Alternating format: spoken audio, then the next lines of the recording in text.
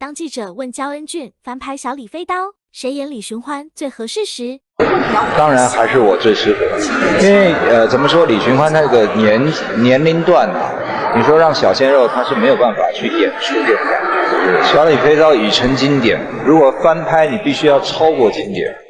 20年之后如果拍，比如说我99年播的，经过20年之后再重拍的话，应该会火。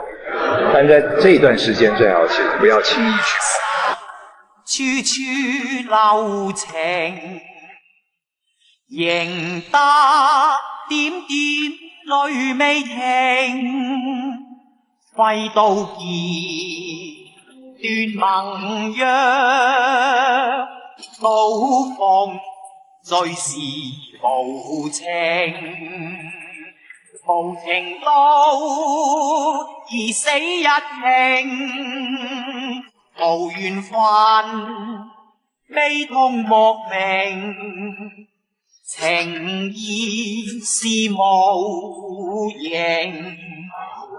為報恩只有負情，從今化作流平。寒聲凄清相呼應，分飛燕，恨流浪看，